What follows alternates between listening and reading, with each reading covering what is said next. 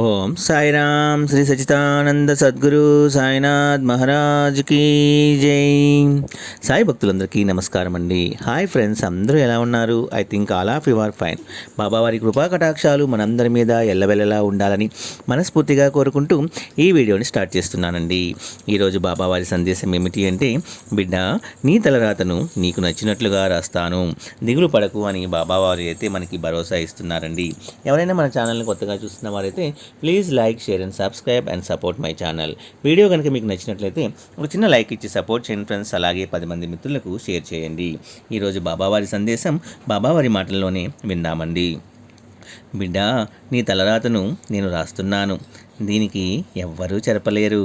అవును తల్లి, నీకు నీవుగా ఏది కూడా చేయలేవు.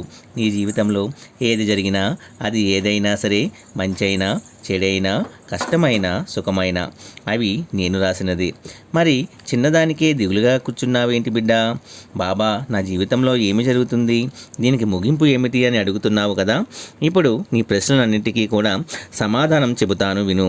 చూడమ్మా, ఇప్పుడు ఇలా ఎందుకు జరుగుతుందంటే అది నీ పూర్వజన్మల కర్మ ఫలితము. ఇప్పుడు నీకు కష్టకాలము అనేది నడుస్తుంది, అందుకే నీకు కొన్ని వ్యతిరేకంగా జరుగుతూ ఉన్నాయి. బాధపడకు బిడ్డ, ఇక కొద్ది రోజులు మాత్రమే నీకు ఈ కష్టాలు. త్వరలోనే నీకు సంతోషం రాబోతుంది.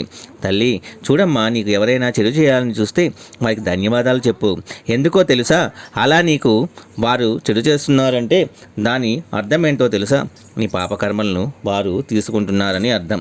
అయితే బాబా, నా జీవితంలో సంతోషమా లేదా అని అడుగుతున్నావా? అలా ఎప్పుడూ అనుకోకు. చూడమ్మా, నువ్వు నా ప్రియమైన బిడ్డవి. కష్టాలు రాసిన నేను సంతోషకరమైన రోజులు రాయకుండా ఉంటానా? కష్టాల తర్వాత వచ్చే సంతోషం ఎంతో ఆనందాన్ని ఇస్తుంది బిడ్డ. ఆ ఆనందం నీ కష్టాలనే మనిపిస్తుంది. నీ భవిష్యత్తులో ఏమి జరగబోతుందో విను. దేవుడు నీ చేతిలో పెట్టిన దాన్ని నీ చుట్టూ ఉన్న వాళ్ళు లాగేయాలని చూస్తున్నారు. అవన్నీ నేను గమనిస్తూనే ఉన్నానమ్మా. కానీ నీ కర్మదోషాలు తొలగిందే నేను ఏమీ చేయలేను.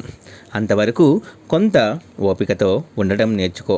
నేను అందరినీ శ్రద్ధా సబూరితో ఉండమనే చెబుతున్నాను, కానీ కొందరు మాత్రమే వాటిని పాటిస్తున్నారు. మరికొందరు అది తప్పు అని తెలిసినా అదే దారిలో నడుస్తూ ఉన్నారు. వారి వారి కర్మలను వారే కొని తెచ్చుకుంటూ ఉన్నారు. నా బిడ్డవైన నీవు నేను చెప్పిన దారిలోనే నడుస్తావు అని ఆశిస్తూ ఉన్నాను. అలానే నడుస్తావు అని మాట ఇస్తావా తల్లి? బాబా, మంచివారికే ఎందుకు కష్టాలు అని అడుగుతున్నావు కదా, అది విధివారికి పెట్టే పరీక్ష. సాయి అని ప్రేమతో పిలిచావు కదా, అప్పుడే నీ కష్టాలకు ముగింపు ఇచ్చేశాను.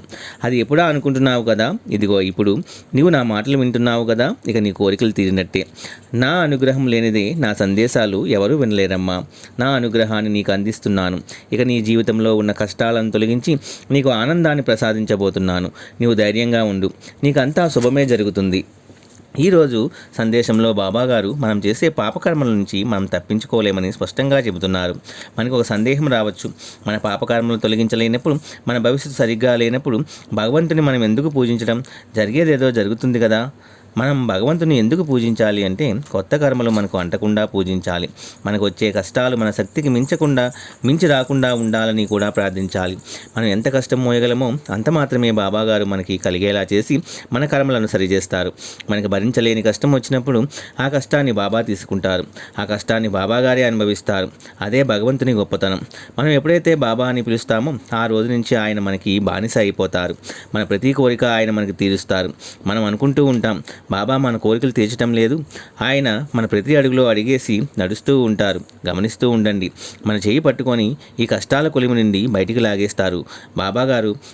ఇది అక్షర సత్యం. చాలామందికి ఇది అనుభవం ద్వారా తెలుస్తుంది. అలా జరిగినప్పుడు మీకే తెలుస్తుంది. మీరే అందరికీ కూడా చెబుతారు, బాబాగారు నా జీవితంలో ఇంత మిరాకిల్ చేశారు అని. ఆ రోజు అతి త్వరలోనే రానుంది. సో ఫ్రెండ్స్, పూర్తి విశ్వాసంతో నమ్మకంతో ఉండండి. ప్రతి బిడ్డకి కూడా శుభం జరుగుతుంది. ఇదే ఈరోజు బాబావారి సందేశము. ఈ వీడియో కూడా మీ అందరికీ నచ్చింది అనుకుంటున్నాను ఫ్రెండ్స్. నచ్చితే ఒక చిన్న లైక్ ఇచ్చి సపోర్ట్ చేయండి ఫ్రెండ్స్. అలాగే 10 మంది మిత్రులకు కూడా షేర్ చేయండి. సర్వే జన సుఖినో భవంతు. ఓం సాయిరామ్.